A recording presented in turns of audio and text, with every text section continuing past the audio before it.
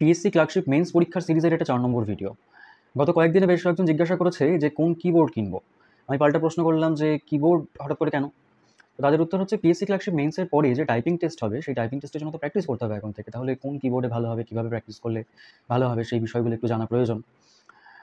বিভিন্ন জায়গায় দেখাচ্ছে যে প্র্যাকটিস শুরু করে দাও এক্ষুনি টাইপিংয়ে, না হলে পারবে না। বিষয়টা হচ্ছে যে মেইনসের তো এখনও দেরি আছে, মোটামুটি 2 মাস দেরি আছে কম করে, অন্তত হাওয়ায় যা খবর চাউর হচ্ছে তাতে করে।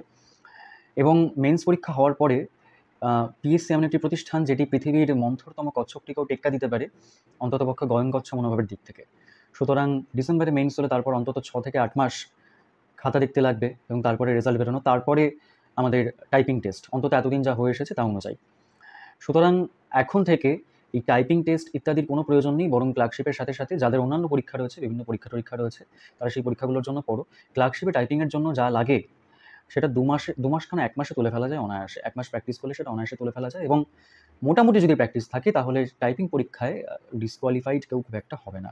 সুতরাং এগুলো তখন ভাবা যাবে, কেননা ইলেকশন চলে এলে পরীক্ষার একটা খরা আসবে এবং পরীক্ষার খরা যখন আসবে তখন এই টাইপিংগুলো প্র্যাকটিস করা যাবে। সামনে অনেক পরীক্ষা রয়েছে, সেগুলোর জন্য পড়ো। এবং এখানে একটা জিনিস অ্যাসিওর করি, অনেকের মনে একটা প্রশ্ন থাকে যে টাইপিংয়ের কোনো সার্টিফিকেট লাগবে কিনা।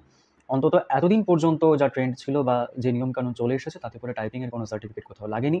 টাইপিং টেস্টের ক্ষেত্রে শুধুমাত্র তোমাকে টাইপিং টেস্টের যে নিয়মকানুনগুলো থাকে সেগুলো নিয়ে আগে মেইনস হোক, তারপরে সেগুলো আলোচনা করা যাবে যে ব্যাক স্পেস দেওয়া যাবে কি না, কত এরর, মানে কতদূর পর্যন্ত এরর করা যেতে পারে, স্ট্রোকের ক্ষেত্রে কী কী জিনিস ফলো করতে হবে, এগুলো মেন্স হওয়ার পরে তারপরে আলোচনা করতে হবে। এখন এগুলো নিয়ে আলোচনার এগুলো আলোচনার পরিসরে রাখারই কোনো জায়গা নেই।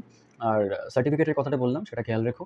যারা সিজিএল ইত্যাদি দেয় তাদের ক্ষেত্রে টাইপিং নতুন করে কিছু করার প্রয়োজনই নেই এবং এখানে টাইপিংটা ওই সিজিএল লেভেলের নয়, খুব কম শব্দ টাইপ করতে হয়, সুতরাং সেটা খুব অনায়াসেই হয়ে যেতে পারে, সমস্যার কিছু নেই। আগে মেন্স হোক, ইলেকশন আসুক, ইলেকশনের সময় পরীক্ষার খরা চলবে, তখন টাইপিং প্র্যাকটিস করো। আরেকটা কথা, যদি কোনো ইউটিউবার বা কেউ এই ভিডিওটা দেখেন, যারা এই বিষয়গুলো নিয়ে ভিডিও করছেন বা করবেন বলে ভাবছেন, তাদের কাছে করজোড়ে অনুরোধ করবো, অ্যাসপিরেন্টদের মিসগাইড করবেন না।